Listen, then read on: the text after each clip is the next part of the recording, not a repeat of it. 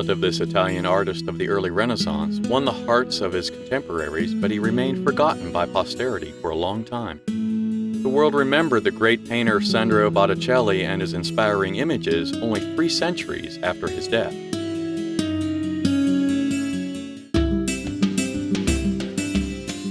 His real name was Alessandro di Mariano Filipepi. He was born on the 1st of March, 1444 or 1445, as the son of a well-to-do Florentine tanner. His tender home name was Sandro, and the boy's endowments became apparent even in his early childhood. Being dreamy and artistic, he differed from his brothers a great deal because he had a delicate nervous organization and an inclination to art. Hoping to give his dear son a reliable profession, his father sent him to a jeweler.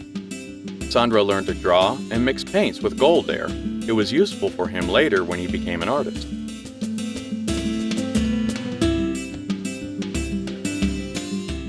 He got his playful nickname Botticelli, meaning little barrel, from his elder brother Giovanni, and it stuck to the fragile, refined, dandified Sandro tightly. He went down in history of art under this name. Botticelli took painting lessons from the famous Florentine artist Fra Filippo Lippi.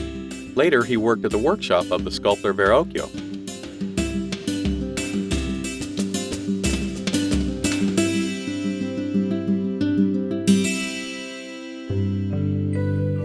At the age of 25, the artist opened his own workshop. Soon, the name of Sandro Botticelli was known all over Florence. The pictures painted by Botticelli beautified the houses of the noble townsmen. Even the Duke Medici, Lorenzo the Magnificent, admired the skill of the young painter and invited him to his court. In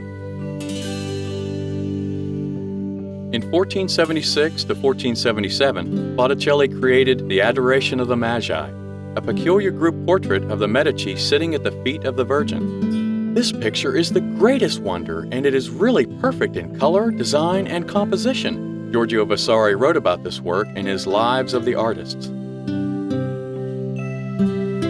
Botticelli was one of the first artists of the Renaissance to use classical plots in his works. In his picture Primavera, or Flora, he created a poetic allegory on the basis of the ancient mythology and filled it with the new, refined, and exquisite content.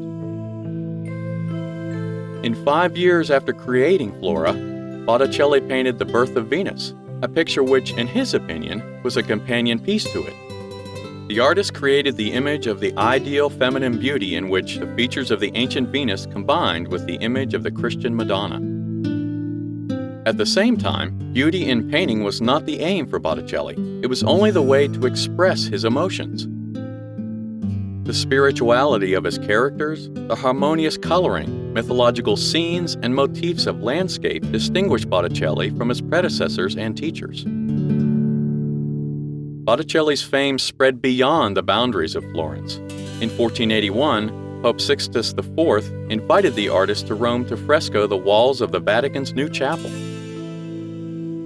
3 frescoes created by Botticelli, scenes from the life of Moses, the punishment of Korah, Dathan, and Abram, and the temptation of Christ became some of the best biblical works painted by the artist.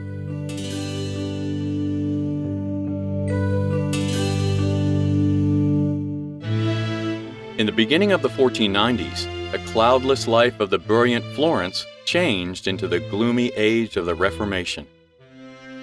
After the religious fanatic Savonarola came to power, secular books, pictures, and sculptures were burned. Many artists fled the city to save themselves from the persecution of the Inquisition. Botticelli refused to leave. He stayed in Florence, and yielding to the general madness, he even put fire to some of his canvases that depicted naked models. The artist continued to paint pictures using religious plots, but there was not the lightness and the plasticity of Venus and Primavera in them. It was a period of crisis in Botticelli's life. The spiritual turning point became aggravated by his physical feebleness.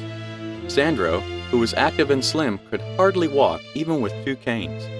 Even when Savonarola, accused of heresy, was executed publicly, the joy in life didn't return either to the heart of the old artist or his pictures. He created the mystical Nativity and Crucifixion, but these canvases didn't have any of the ideas that he himself introduced into painting.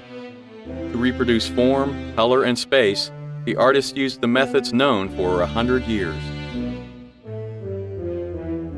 The painter, who was surrounded by his admirers and pupils in his prime, found himself in isolation at the end of his life. The clients who used to worship Sandro's genius forgot him. Botticelli lived the rest of his days in his brother's house, but the artist in him was already dead. His star went out earlier than his eyes closed, Machiavelli wrote. In May of 1510, Sandro Botticelli, forgotten by everybody, died.